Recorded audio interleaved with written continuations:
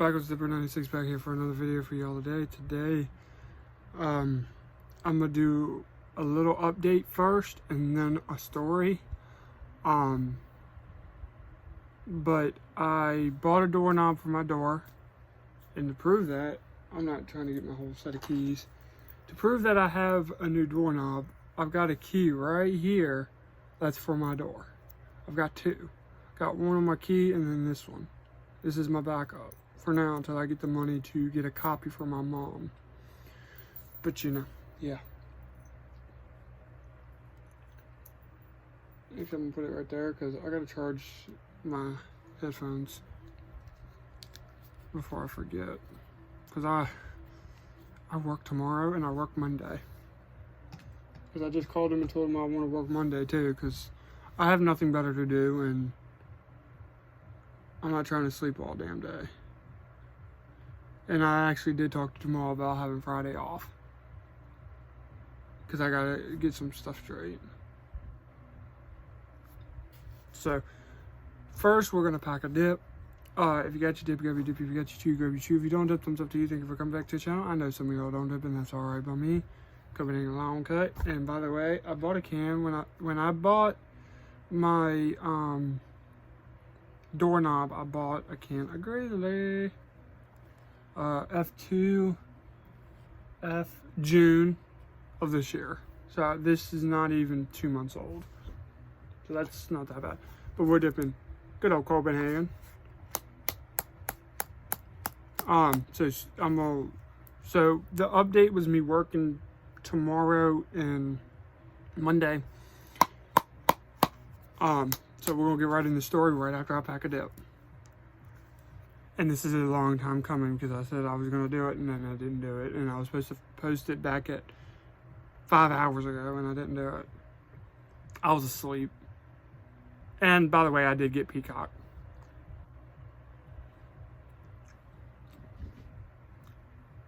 And I know Roman Reigns won, so that's why I'm about to cancel it. Well, I may not cancel it because I can watch all the old WCW stuff. But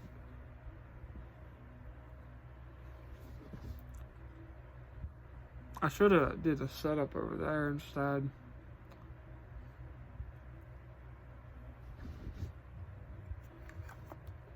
Good for now.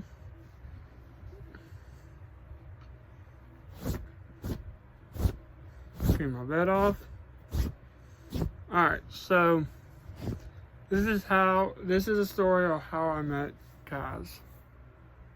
I don't know if y'all know how we really met, besides we met through someone. Now I'm not saying their names. But we met through someone and we started talking a little bit, and then out of nowhere, like not even that night, we started talking. We got together.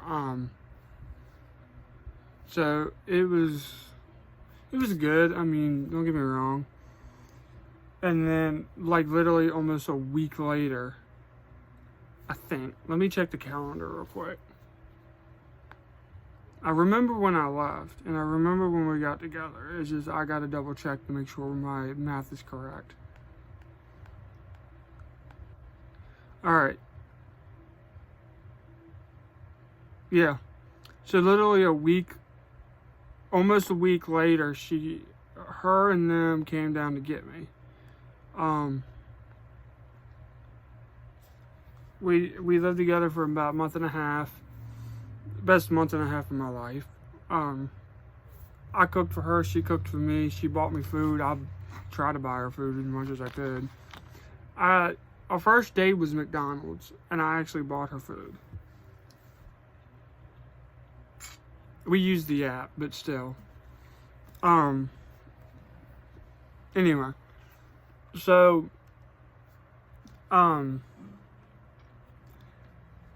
we were doing really good. We were talking a lot, slept a lot, technically speaking. Cuddled, kissed. We basically did everything a couple did. And then that day that I got up there, I had a dream that my subscriber count went up because I brought her in, and I didn't want to bring her in, not right off the bat, but I felt like I should, just because she was my everything. So I brought her in, showed her off. Y'all have seen the video 100 times probably. So then, in May, she got kicked out. I remember that day because May 15th, I kissed her when she had to come back by to pick up two things. And I kissed her and told her I loved her, and I would text her as much as I can without the knowledge of letting my roommates know that I was talking to her, because they were trying to get rid of her. Well, I talked to her for up to a day or two, maybe even a day. I can't remember. I think it was a day. We stopped talking. She went into the hospital. She got out. We talked here and there every once in a while. And that's when we were not even together anymore at that point. I don't think. I think we were taking a break. And anyway.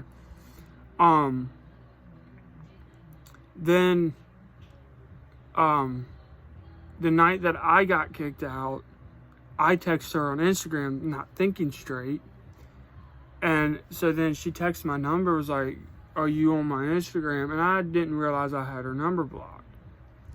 So I unblocked it. I texted her back. I was like, "No, Mike's on your Instagram." And she was pissed. So then we talked the whole entire, we got back together like that night. We got together that night that I went into the hotel. We talked all day that Monday, and then I fell asleep Tuesday night. And then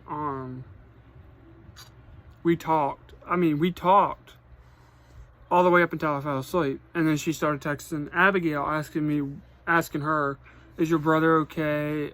Is your brother asleep?" I'm assuming he's asleep because of the long bus ride. He didn't really sleep, but like 3 20-minute naps, 4 20-minute naps, something like that.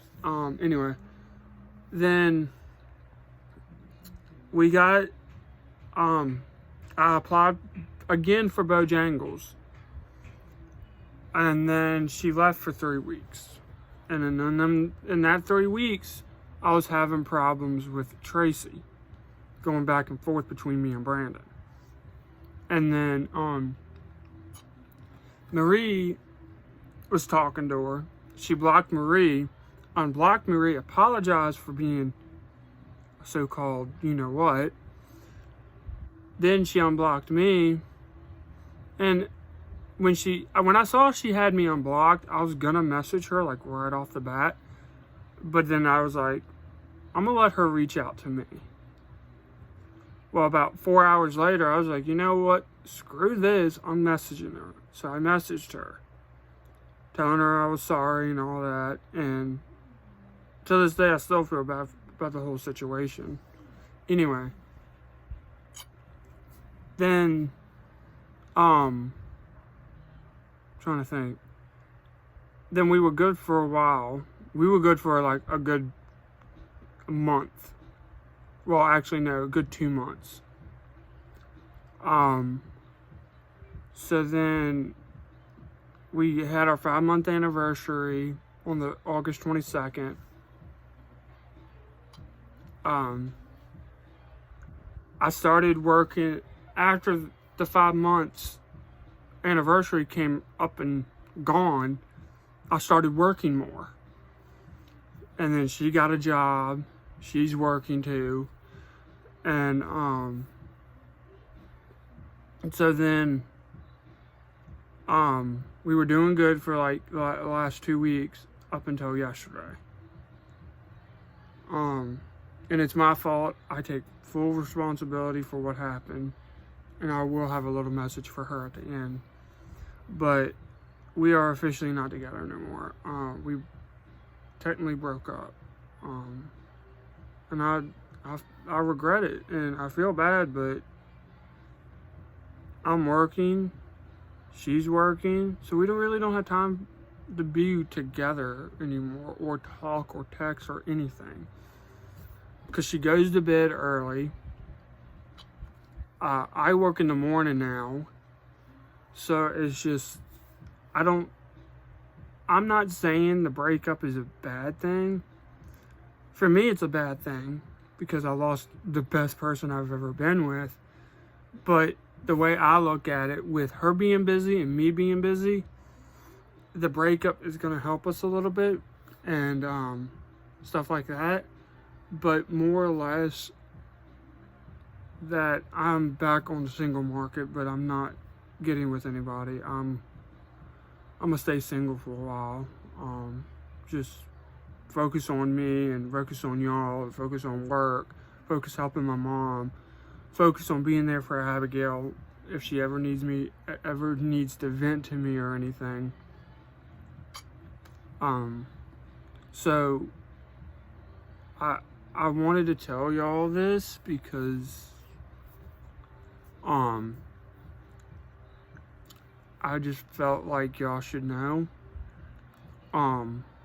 Little message to her.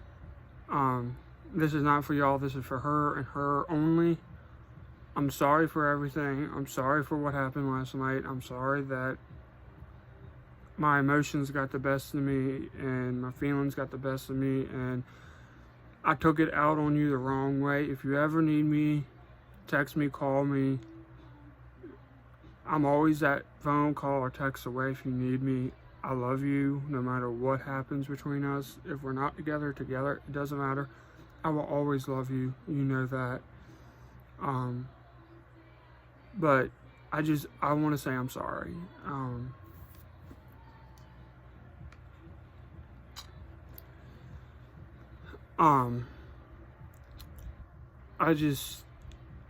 I don't know anymore. But if you ain't dipping your trip and keep cracking, keep back. I'll just see you on the dip side. Stay positive. Always think positive. Never think negative. Never things will come your way. Always think and stay positive, and positive things will come in your heart. I hope you have a great day, great night, wherever you're watching this. And if I don't see you, I'll see you on the dip side. America.